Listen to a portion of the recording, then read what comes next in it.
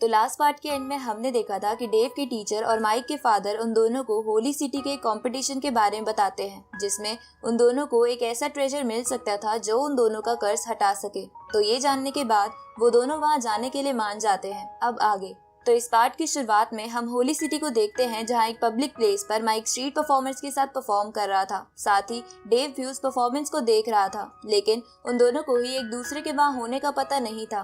तभी वहाँ किसी रॉयल बंदे की पालकी आने लगती है, जिसके बीच गार्ड सभी लोगों को रास्ते से हटने को कहते हैं। तो वो सभी डर के मारे घुटने टेक कर बैठ जाते हैं, लेकिन डेव उस पालकी को ही देखे जा रहा था। तो एक बंदा डेव को भी नीचे बैठने को बोल देता है।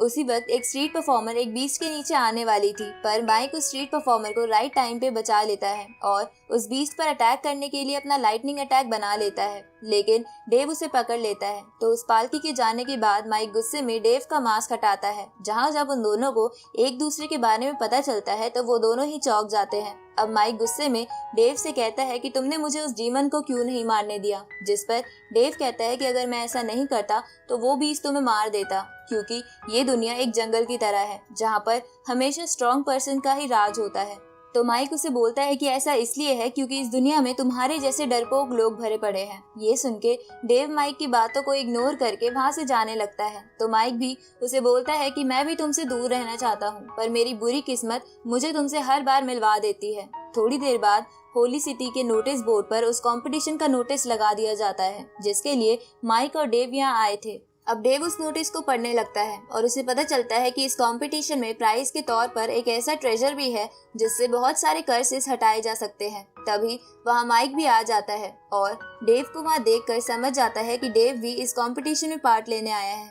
इसलिए वो डेव से कहता है कि अगर तुम इस कंपटीशन में पार्ट लेने आए हो तो वापस चले जाओ, क्योंकि इस कंपटीशन को जीतकर वो ट्रेजर मैं ही लेने वाला हूँ, जिससे सारे कर्ज हट जाते हैं। तो ये सुनकर डेव अपना हाथ ऊपर करने लगता है, जिसे देखकर माइक डर जाता है। लेकिन डेव माइक को नोटिस बोर्ड का एक रूल दिखाता है, जिसमें लिखा था कि उस ट्रेजर को हासिल करने के लिए कैंडिडेट्स को डुअल्स में ही पार्टिसिपेट करना होगा। तभी डेव माइक को बेवकूफ बोलता है, क्योंकि उसने ये रूल नहीं पढ़ा था। ये सुन के माइक गुस्से में डेव से कहता है कि एक बार मेरे ऊपर से ये कर्ज हट जाने दो, उसके बाद मैं तुम्हें नहीं छोड़ूंगा। पर डेव माइक की बातों पर ध्यान नहीं देता और वहाँ से जाने लगता है, जिसकी वजह से माइक और भी चिढ़ जाता है।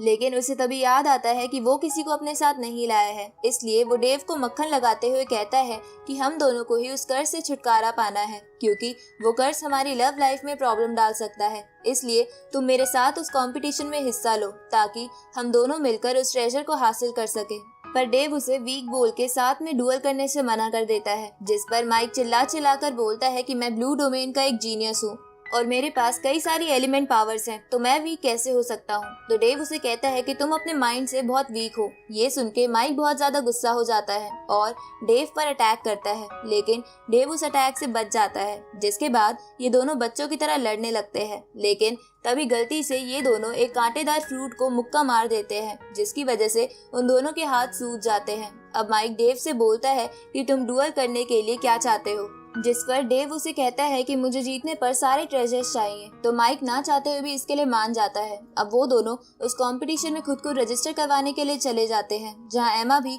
उन दोनों को वहां देख लेती है, पर उसे समझ नहीं आता कि वो दोनों एक साथ कंपटीशन में पार्टिसिपेट क्यों कर रहे हैं। आगे माइक रहने के लिए एक टेंट खरीद लेता है, लेकिन डेव ऐसा नहीं कर पाता क्योंकि उसके पास इतने पैसे नहीं थे। इसलिए वो माइक के टेंट के बाहर बैठकर मेडिटेट करने लगता है। ये देखकर माइक डेव को चिढ़ाने के लिए उसे कहता है कि मेरा टेंट बहुत बढ़िया है क्योंकि उसमें मखमली बिस्तर लगा है, पर डेव माइक की बातों पर ध्यान नहीं देता। थोड़ी देर बाद माइक को पास के एक होटल से अच्छे खाने की खुशबू आती है, तो वो डेव से भी वहाँ चलने को पूछता है, लेकिन डेव अपना लाया हुआ एक बिस्किट ही खाने लगता है। ये देखकर माइक अकेले ही उस रेस्टोरेंट में चला जाता है और ऐसे खाने लगता है जैसे कि उसने 7 जन्म से कुछ ना खाया हो। तभी वहाँ एमा आ जाती है, तो माइक उससे पूछता है कि क्या तुम यहाँ फिर से लड़ने आई हो। तो एमा माइक को वाइन देते हुए बोलती है कि मैं तो तुमसे लास्ट टाइम के लिए माफी मांगने आई हूँ, जिस पर माइक एमा से कहता है कि तुम्हें पता भी है तुम्हारे उस वॉरियर ने मेरे साथ उस दिन क्या क्या करा था। ये सुन के एमा उसे कहती है कि प्लीज उसे माफ कर दो और बदले में मैं तुम्हें आज खाने की ट्रीट देती हूँ। ये सुनकर माइक बहुत सारी डिशेस खाने के लिए मंगा लेता है। तभी एमा चालाकी से माइक से पियरलेस बीट के बारे में पूछती है, जिस पर माइक गलती से एमा को कर्ज के बारे में बताने ही वाला था, लेकिन तभी वो खुद को रोक लेता है और वहाँ रखे खाने की तारीफ करने लगता है। इसके बाद एमा माइक से पूछती है कि डेव और वो दोनों एक साथ कंपटीशन में पार्ट क्यों ले रहे हैं। तो माइक एमा से कहता है कि डेव ने उससे गिड़गिड़ाते हुए साथ में पार्ट लेने के लिए मदद मांगी थी,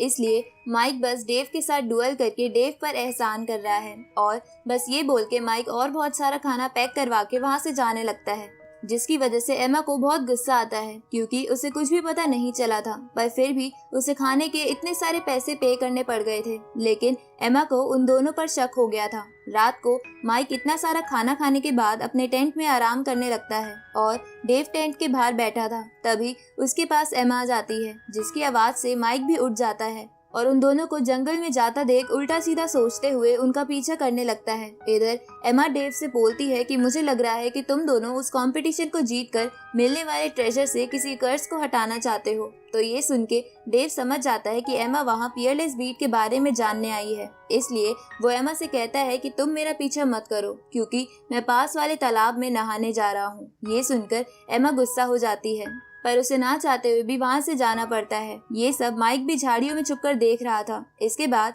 डेव नहाने के लिए तालाब में चला जाता है। तभी माइक के ऊपर कुछ गिर जाता है, जिससे डर के माइक पानी में कूद जाता है और उल्टा डेव से कहता है कि तुम मेरा पीछा क्यों कर रहे हो, पर डेव उसकी बातों पर ध्यान नहीं देता। इसके बाद माइक डेव से कहता है कि मुझे पता चल गया है कि तुम एमा से प्यार करते हो क्योंकि वो बहुत रिच और सुंदर है, जिस पर डेव उसे वीक कहते हुए ये सब सोचने से मना करता है। ये सुन के माइक डेव को अपनी मसल्स दिखाते हुए बोलता है कि क्या मैं तुम्हें वीक लगता हूँ। तो डेव उसे फिर से बताता है कि तुम दिमाग से वीक हो। ये सुनकर माइक गुस्सा हो जाता है और डेव पर अटैक करता है, लेकिन डेव उससे पहले ही पानी से बाहर आ जाता है और जाते हुए माइक से कहता है कि तुम्हें ये सब छोड़कर उस कंपटीशन पर ध्यान देना चाहिए क्योंकि हमें उसे किसी भी हालत में जीतना होगा। ये सुन के माइक भी कंपटीशन के बारे में सोचने लगता है। इधर हम टेंट से थोड़ी दूर एमा को देखते हैं, जो अपने वॉरियर से उन दोनों पर नजर रखने को कहती है क्योंकि उसे उन दोनों पर पूरा शक था कि वो दोनों कुछ छुपा रहे हैं। और एमा के इसी सीन के साथ ये पार्ट यहीं खत्म होता है।